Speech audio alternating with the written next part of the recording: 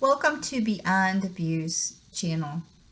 Today I want to talk to you about what the abuser didn't want you to know. The first thing that the abuser didn't want you to know is that your gut instincts were right on target. They are your strength. They didn't want us to believe in our own instincts, our gut. If we did, we would not have listened to them. And we look back, there were times that we were conflicted and little gut bubbled up and told us, wait a minute, this doesn't seem right. I don't know if this is correct. The instincts were trying to warn us, but yet at times we negated it. We made excuses. We thought we were being too harsh, that the person didn't mean it, and that we weren't being kind by having these thoughts, and we shut them right down. But now that we know what the abuser didn't want us to know, that's power. Because the only way to have power over us was to doubt ourselves and entrust in them more than we trusted in ourselves. The second thing is that we deserved everything they pretended to give us. We deserved all of it and more.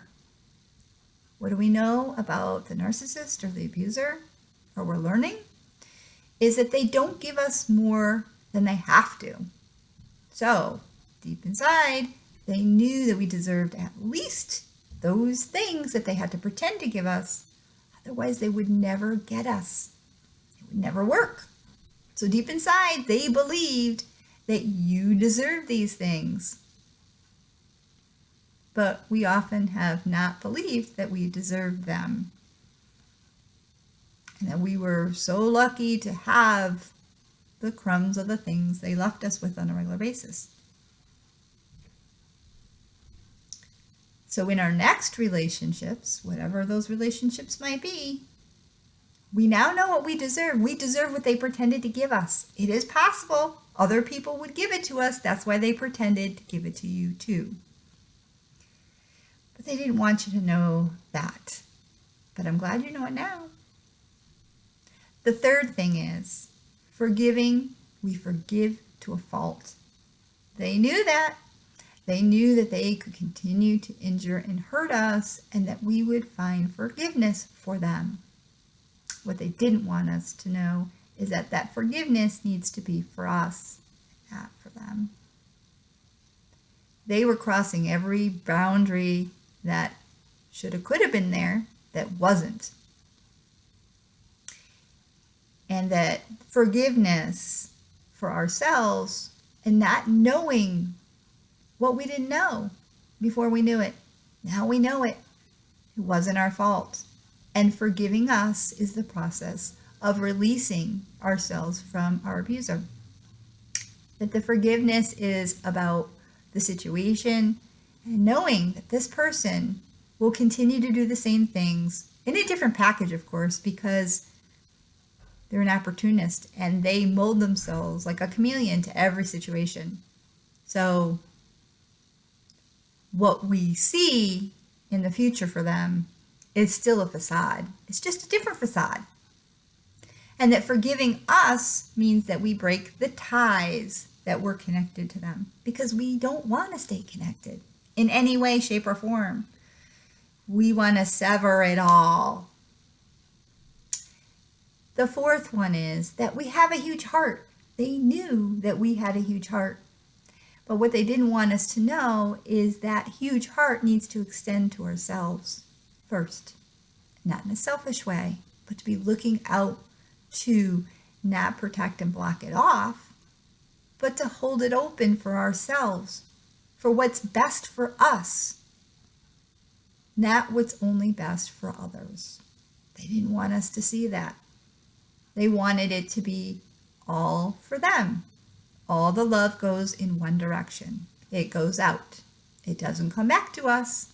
We know that the truth is they don't have the depth and the capability to love. Not in the way that we have the capability of loving. They knew that, so they were draining and sucking it out of us.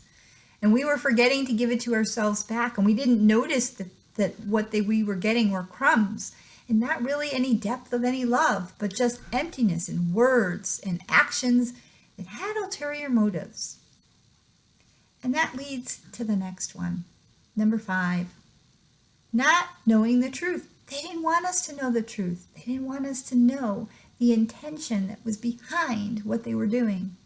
They didn't want us to understand that their intention was not ours. It's like we were playing 2 different sport games. We were playing ping pong or table tennis, and we were thinking, I give you love, I tap it back to you, you send it back to me, I'm giving you patience, understanding, and forgiveness, and it will come back. It's like they were playing football. They were going to tackle us, they were going to steal it, they were going to run off with it, and that was their goal, to get to the other side. We didn't know that that was the intention, but how would we? We fell into the trap because we didn't understand that we were playing a game. We were being genuine. They were not. So when you're genuine, you believe others are genuine too. But now we know better. We're learning the signs and we're understanding how not to let it happen again. These are all the things that the abusers never want us to know. So I'm glad you're here to listen to the last one. Everything was situational. It was based on who was around, the situation of what they wanted next. It was all plotted out. We didn't understand that. We saw kindness in someone. We saw impatience at times, but we didn't realize, wait a minute, I'm saying or doing something they want me to stop because other people are around, and that's why they're acting that way. We didn't know that we were put into a role, that we were casted into this position of this fantasy world. We didn't know that. Of course, because if we knew, we wouldn't stay in it.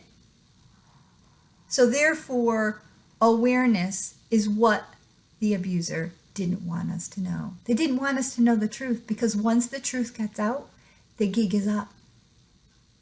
And we have only been strengthened. We may feel like we have been run over by a Mack truck, or we are sitting in this huge ditch of quicksand and we just can't get out. But we're not, because we are free from our abuser when we understand what's been going on. That's when the healing begins. There is much peace, love, and joy on the other side of this awareness. And it stops us from getting into the next relationship the same way. It breaks the pattern. This is the key to unraveling any pain that we had in the past from prior abusers. There's a blessing in here. There's a hope. Not in the carrot hope that was given to us on a regular basis. This is the real hope. The real huge key is understanding this knowledge. I can't say enough, because it's what I needed when other people were willing to give what they learned, their wisdom, to help build my own, to disarm the abusers, which is what we all want to do. We want to prevent further abuse for ourselves and for others. So I thank you for tuning in, and I believe in you. I did it, and I know you can do it too. I'm sending out to you much peace, love, and joy to you until you find it for yourself in your own life. I look forward to seeing you again real soon. Keep up the good work. Knowledge is power. You're on your way.